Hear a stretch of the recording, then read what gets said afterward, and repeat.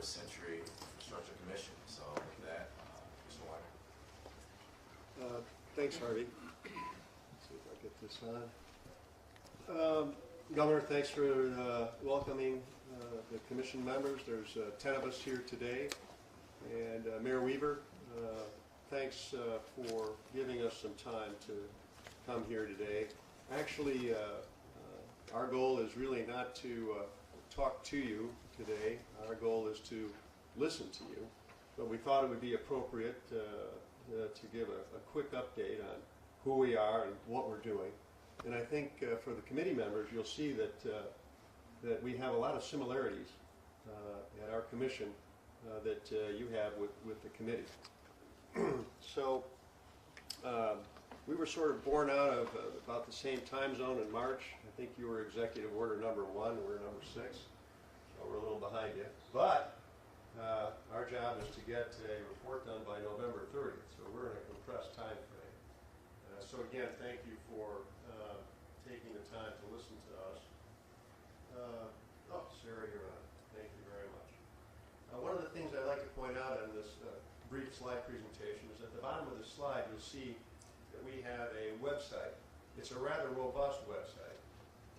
And if you jot it down or you go to michigan.gov, you'll be directed there. To the extent that you want to participate on an ongoing basis in communicating with us or see what we're doing and get report outs, much like you have at your committee, that's where you go for the information. We have a great commission. Again, 10 of the 27 members are here today. And we built a bit of a vision statement. And I won't spend a lot of time on it, but our intent is to be the best in the country and to develop a 21st century infrastructure system plan for the next 30 to 50 years.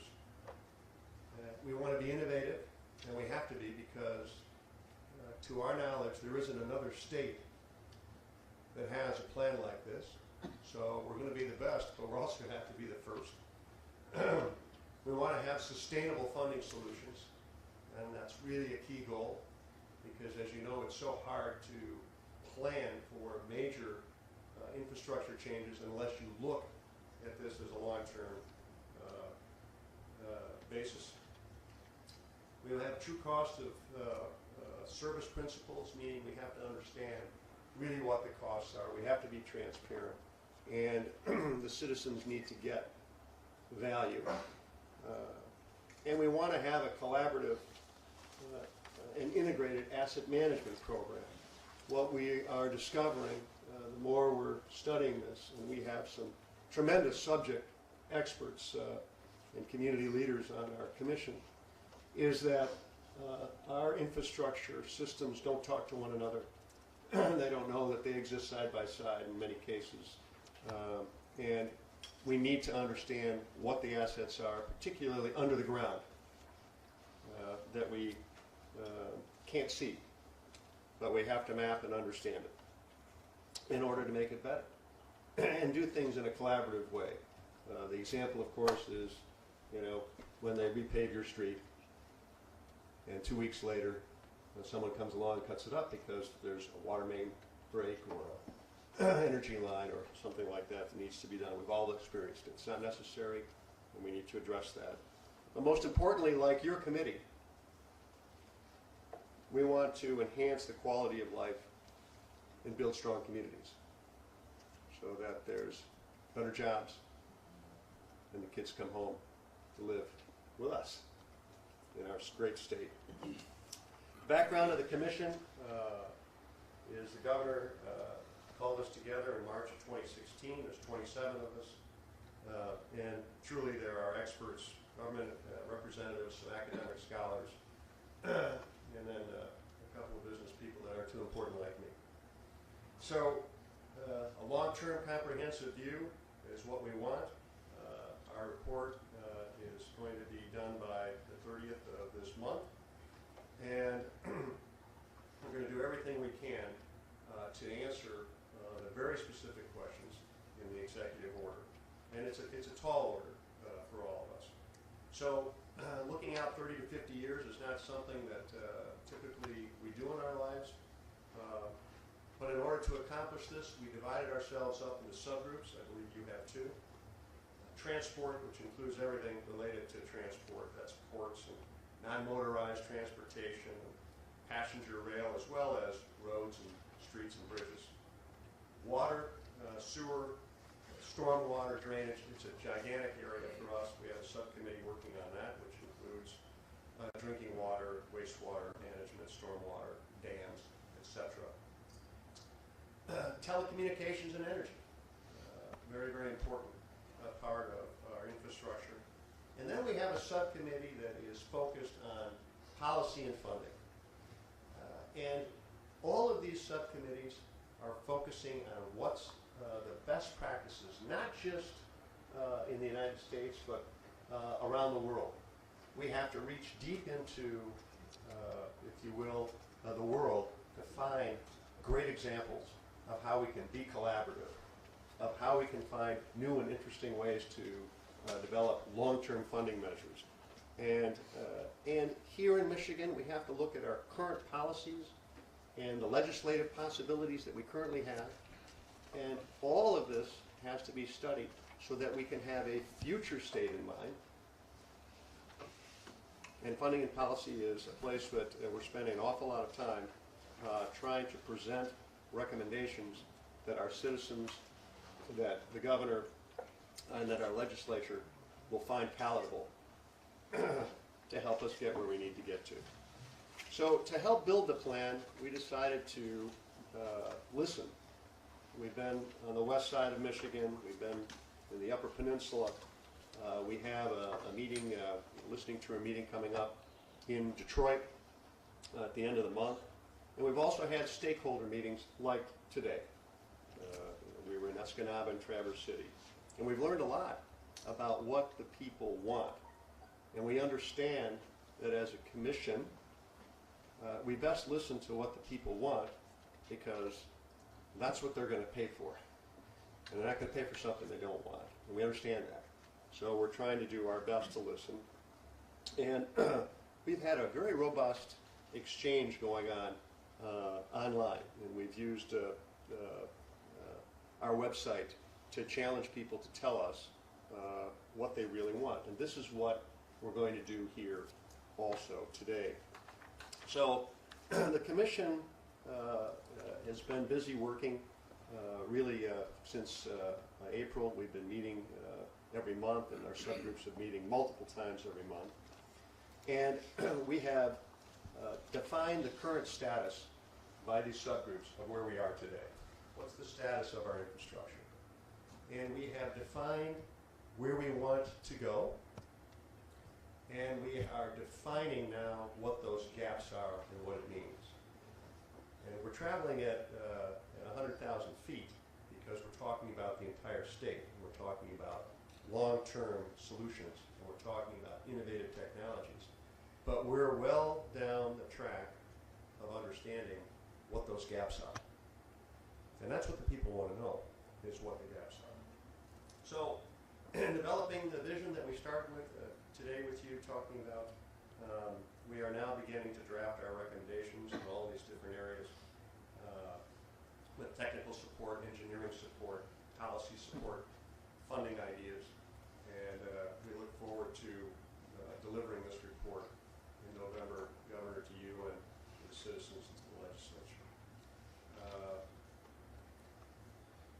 At this point, I think it would be good for us as commission members, and particularly because we have a committee that's faced in many of these challenges exactly the same way we are, to open it up, Harvey, to talk about what does the future of infrastructure really mean to the committee members, to our guests and subject experts here today, so that we can hear from you, whether it's your community, whether it's your business, whether it's yourself personally, what good infrastructure means to you, so that we can make sure and deliver the best report recommendations so that we can have a plan that will address the needs of our community and our citizens that we can work on, that will deliver what you want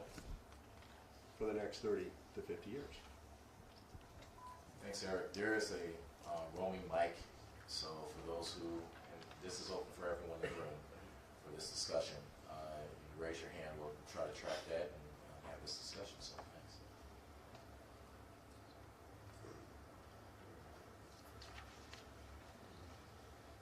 I don't think this is on testing. Can you hear it? No, we can't do that. Hello. Good afternoon. That's not afternoon. Good morning, I should say. My name is Diana McKittrick, and I'm looking your 21st century. It's very exciting. My question is, where are the deaf people? Were any deaf people's voices involved in the creation of this? It seems to be a policy of the state that you make decisions, plans, without having the viewpoint of cultural and communication needs of deaf people here in Michigan. So I would like to see a change in that, to have a deaf representative sit in on one of the commission meetings. I'm talking about a signing deaf person. People who use their voice or speak and are deaf have different needs than us. So as the future, I would like deaf people to have a role to play in developing policy. We are the 7th largest population of deaf people here in Michigan, and we don't have an adequate voice in the state of Michigan government, so that needs to change. Well, thank you for that. And I'll bring that point to the commission meeting that we have coming up. And the commission will act accordingly, and I'm sure that we can add to the advisory committee in a way that will satisfy you, and I think you have a good idea. So we'll address it. Thank you for that. But it's not just me. I want to make it clear that it's not I just like me. you already. It's not just me. We get to invite who we want. Here in the community. It's a short trip. Any other questions? What does the future of infrastructure look like to you? Jaleesa McDade, City of Flint.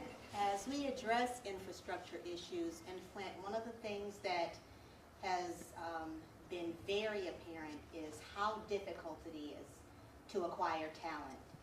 And investing in human capital is even more so important. So when you talk about infrastructure, having the personnel available or people who are being trained to address our infrastructure in the future is of the utmost importance. It's even becoming more challenging as we have persons that may work for your local utility in a water department and public works, then be competed with the likes of Consumers Energy or DTE. And so when you look for someone to go and fix that water main break, when you look for someone to maintain that infrastructure, you don't have that human capital anymore because of the internal competition between our utilities. So I think there also needs to be a focus on, one, how do we retain and recruit human capital? How do we reach out to our young folks so that we're not just looking for them to be computer literate, but we want them to also be able to be the next series of engineers who attend to our infrastructure, and those skilled tradespersons who are able to understand the engineering design and actually put that infrastructure in the ground in those respective places that we need it. So I appreciate your presentation today, but when I look at it as the community of Flint, we're challenged by our infrastructure, but we're also challenged with the people and the future of people who are going to be available to attend to infrastructure. Thank you. Thank you. Good morning. My name is Ed Benning. I'm with the Mass Transportation Authority. And as we're dealing with the challenges here in the community, one of the things that I think is very important is to talk about what's happening in our community. Many people think of us as a bus, just moving people up and down the street. The reality is the special needs that exist today are unlike anything I've ever seen in 36 years in this business. People are living much longer. They're living independent in their homes. Many of them are isolated. We need to get them out to groceries, get them out to medical services. Individuals that need work, we're stepping up to make sure that all opportunities, that we avail to all opportunities. But my message is this, is that the future of public transit is going to be very dependent upon an infrastructure that allows it to meet the needs so that the quality of life in this community and other communities can be attained, and it's an essential service that needs to continue to grow, because at one end, people are living much longer, and as a result, they have many medical issues. At the other end, we have millennials have no interest in getting a license or owning a car. And in between, we have all those people that need to go to work, people that need to get to a medical appointment. I'm very proud to say that yesterday, for the first time, we actually provided 2 same-day trips for medical, and we're going to expand that service. And so I'd say to the Infrastructure Committee, please keep public transit in mind, because it is our future. Thank you. Mr. Benning, I want to assure you that that transit is a key factor, and particularly when you look 30 to 50 years out, it's not just about millennials, it's about aging populations. We understand that. And what we've seen now with the RTA finally being formed after 40 years, I think, of trying, what we're seeing with their planning, for example, in the metro area community, we see a very positive first step towards a coordinated and more collaborative system, which other communities have. We were quite surprised when we were in Traverse City to see what their, if you will, transit system was, and how collaborative it was with business and hospitals and in meeting the needs of people and some of the special needs that are going on. So we're looking at it seriously. We understand that you cannot be first in the nation in infrastructure without having a robust transit system. Yep. My name is John Daly, and I'm the Manager Director at the Genesee County Road Commission. Several suggestions, and I'm glad to hear that you're looking at an integrated approach to asset management. I would hope you're looking at the international level of what's going on or has already happened in Canada, particularly in the province of Ontario, New Zealand, and Australia as well. We've made a lot of strides in implementing an asset management strategy in the road infrastructure business. That progress needs to get extrapolated to other forms of infrastructure. Right now, there's very little communication between the infrastructure silos regarding future development and even funding, allocation of resources, both personnel and money, to support the economy of Michigan. Second thing is bridges. The bridges are the harbingers of the road system. What happens with bridges is going to be the lead, and what goes down will be important with bridges. We fund bridges, even though we espouse an asset management principle or philosophy. We really fund bridges on a worst-first basis. The system that we have for funding, where we split out bridges as being something separate from the top down, is frankly fairly archaic. And it winds up in situations where, in the allocation process, simply because some of your road agencies have larger road systems and more bridges to maintain, they get penalized simply because of their size. The other thing is we need to take a look at the definition of a bridge. Right now it's considered to be a span that's greater, 20 feet or greater. You need to take a look at what that is, because we're seeing a lot of cases where the old triple culverts that were put in during the 30s and 40s, that the cost of replacement of those galvanized steel tubes would be about $20,000 to $25,000. We're now having to, because of viscosity issues and getting permits with that to permit those from the DEQ, they're having to be replaced with box culverts. that are running $135,000 to $150,000 just for the culvert, not counting the replacement. We just had an incident where we replaced a triple culvert package with a box culvert in Forest Township in the northeastern part of the county. The township share by statute of that was 160% of their annual budget. That's not a good situation to be in. We wind up band-aiding the roads. Our principal problem as a road maintenance agency on the local road system is getting the required requisite match from the townships or from other partners. Because remember, we're doing heavy maintenance or reconstruction on a road that's categorized as a local road. I have to get a minimum of a 50% match on construction costs. And getting that match is probably the most critical path for us. The last thing I would encourage you to take a good, strong look at is stormwater control. Stormwater control in Michigan is really balkanized, and it's so fragmented that it's you have areas where you have the drain commissioner has control, you have areas where the road commission has control, and there are areas, frankly, where, except for the surface water requirement, nobody has control. And the reality is that when Michigan goes through its next building phase in the 21st century, all the sites with good drainage have already been built on. So stormwater drainage and stormwater control is going to become even more important in the future than it is now. And we need to find a way to adequately fund stormwater control in a sustainable manner.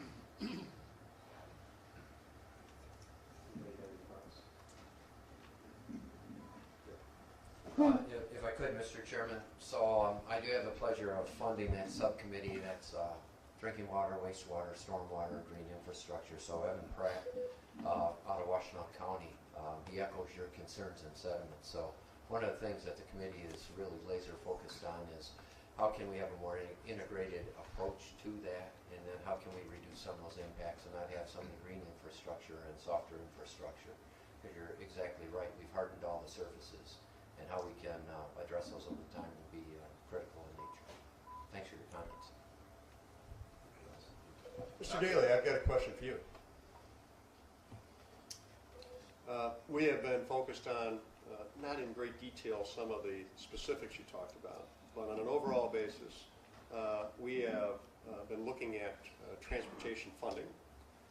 We understand what the governor's program is and what the increased funding is that'll be coming along. We also understand, based on the TF2 report, which really was the comprehensive analysis of where we were in 2008 and what it would be like going forward, that the funding that we are now going to look forward to is about half what we need to have in order to be essentially, based on the report, in a fair to good situation with our roads. In your county, sir, could you tell us what you believe the shortfall is in terms of dollars going forward, based on what you anticipate getting with the new transportation package? First of all, it's important to realize where we are and start from there. In the Genesee County road system, which is about 1,500 miles of road, 123 bridges and actually 2 dams, we have, as best I can estimate, about $263 million in deferred maintenance. We currently receive about $26 million a year from the state, from the MTF. You can do the math. If I had a clock, a magic time machine could freeze things, our crews could work for almost 10.5 years on the problems we have right now. We're going to see, part of the problem is, first of all, we won't see any effective impact of the increase in funding until the 2018 construction season. Primarily because it's not effective until January 1st of 2017. As I understand it, there's some discussion going on about where the first $100 million will come from, but that's going to primarily go into a lockbox for public-private partnerships. Bottom line is 18 will be the first construction season. Then it phases in after that, and we're looking at an increase probably of about 15% in 2021 when it's all there. But the problem is the number that the governor used in 2014 was the 2014 target. And that's what we're going to hit in 2021. So we're kind of, and I don't believe we'll ever adequately fund the roads at 100%. I do think we're going to have to look at some other areas in addition to the traditional funding sources. Public-private partnerships, the role of the state infrastructure bank, and how that will play, and particularly with local units of government, is going to be very important in this discussion on road funding. Thank you for that. And lastly, Mr. Daly, I wanted you to know that you mentioned some sources of potential best practice information, of which all of them we're looking at. Great. Okay, got Captain Kalinsky and then Dr. Tisha. So just some things to think about. This is why it's really important to engage the local emergency management coordinators when these discussions take place, because during the Southeast Michigan flooding, the governor requested hazard mitigation funds statewide, and we ended up receiving about $20 million, I think it was, as a part of that request the governor made. While we're moving forward on those projects, and it's dependent on presidential disasters, this is where the local emergency management coordinator can kind of work with the county and other local agencies. The purpose of the hazard mitigation grant program is to help communities implement hazard mitigation measures following the presidential major disaster declaration, and put those measures in effect to eliminate or reduce any future events that occur. So you mentioned box culverts. Those are things, if you had, say a 48-inch pipe, and now you go to a bigger box culvert, in the future you're not going to have the same flooding, because otherwise we're just fixing the same infrastructure over and over and over again, and that's really the definition of insanity. So as a part of this, I think we need to take a look at these, whether it's hazard mitigation programs or other programs that potentially are out there from FEMA and other federal agencies that can assist. So I really would encourage engagement with that local emergency management coordinator in Genesee County or any county for that matter, because that can offset some of those costs, the match you were talking about. I believe it's still a 50% match. I don't, someone from FEMA was here, 50% match, or? I'm honestly not sure. I don't work in that part of it. That's all right. Thank you. Sorry. Okay, Dr. Tisha, then General McDaniel. This commission is super exciting as a statewide look at our infrastructure, and I think if you can take away two lessons that we've learned from the Flint water crisis is the need for health in all policies and the need to consider environmental and justice issues. So I hope that there is a public health person in your commission who is looking at the impact of all of these things on the health of the population, especially vulnerable populations like children, and the need to consider environmental injustice. Are these proposals going to impact certain communities more than other communities disproportionately? So if you can take away anything, and these were both clearly articulated in the governor's task force as a response to this crisis. General McDaniel. Thank you, Harvey. A couple of sort of process questions, if I might. I noticed in the earlier slide that you had 4 subcommittees which covered about 6 of the different sectors of critical infrastructure out of the 16 that are sort of identified by the Department of Homeland Security, Office of Infrastructure Protection. I'm assuming that you sort of focused on those sectors which are of the greatest importance to the state of Michigan and to many states. If you could confirm that, and also discuss how you're looking at the interrelationship between, or interconnectivity between the critical infrastructure sectors. And then secondly, if there's one thing we learned from the 2003 blackout, it's that systems of infrastructure are sort of contemptuous of geophysical boundaries, particularly when we're dealing with IT, energy, pipelines, electricity, roads, systems. And I just wonder if you could speak to how you're looking outside of the state and looking at our surrounding states in the province of Ontario. Well.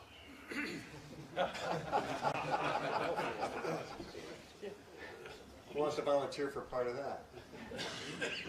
David? Good morning, General. How are you? Good to see you again. Yeah, we are So I'm the co-chair of the Telecommunications, Broadband, and Energy Committee. And rest assured, we are looking at, Valerie Brader's chairing this, is my co-chair. She's overlooking the energy. Absolutely working with the other energy sectors, not only in Michigan, the critical infrastructure in Michigan, but we're reaching out to the other states. Truth be told, Michigan's the first one to do this. We are absolutely leading the way in the United States is looking at this 30 to 50 year plan. But we are looking at the critical infrastructure pieces. We always do, especially my role as the CIO as well. And we are looking at, as we talk about in my subcommittee, broadband and telecommunications, we are looking at Internet of Things and how that's going to impact critical infrastructure, aging in the homes, all those things, all those sensors and devices that will be throughout our infrastructure in the state in the next, it'll mature in the next 10 to 20 years. Wrapped around all of that, General, is cybersecurity and security awareness and protection. That is absolutely critical. It's been one of the top priorities of Governor Snyder since he was brought in 2011. And the 21st century infrastructure will be absolutely focused on that as well. And of course, we talk to our state and national partners on a weekly basis. Kyle McCree, Director of Core Initiatives with the Flint Genesee Chamber of Commerce. Two issues that I think are vitally important to our local business community here in Flint Genesee. The first, Jaleesa touched on, which is talent, but it goes beyond utilities and municipal utility work. It's really important for transportation as well. We are at risk of losing our lead in transportation because we're losing workers in that industry. In trucking, in rail, marine, we don't have the workforce coming in to replace those individuals who are retiring. And that's a vital, vital industry, not just for the state, but especially here in Flint, Genesee.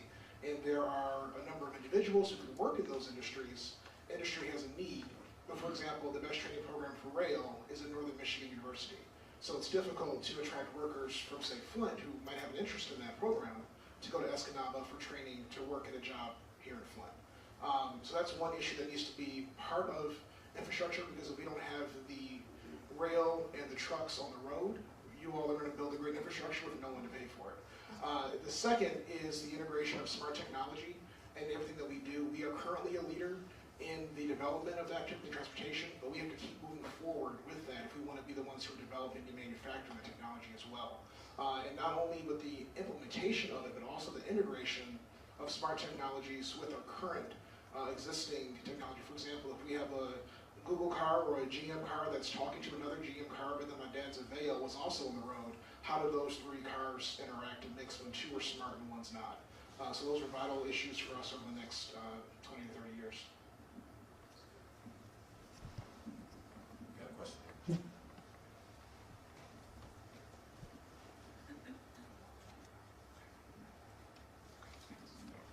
Hi, my name is Jamie Lee Venable. I'm with United Genesee County. I'm just standing out of the way of the interpreter. At the very beginning of your conversation, you talked about going to the UP and the west side of the state, and now you're here to hear what the community wants, and you're asking us what the community wants. And if I've learned anything through this crisis, I've learned that when you have conversations like this, when the doors close, and you're talking and asking what the community wants to the people in suits, which I recognize I am one of them, you're doing things to the community and not with the community. Through this crisis, I've probably been the biggest thorn in Mr. Baird's side and Dr. Wells' side by constantly pushing back. If you don't empower the community with the knowledge of the people in this room, they can't help you make decisions. And all I ask is that you really think about that.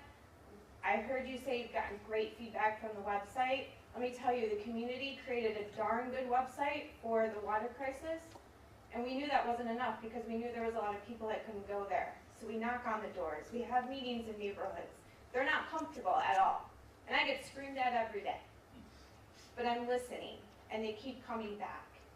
And so that's all. I have no concept of drains or how they work.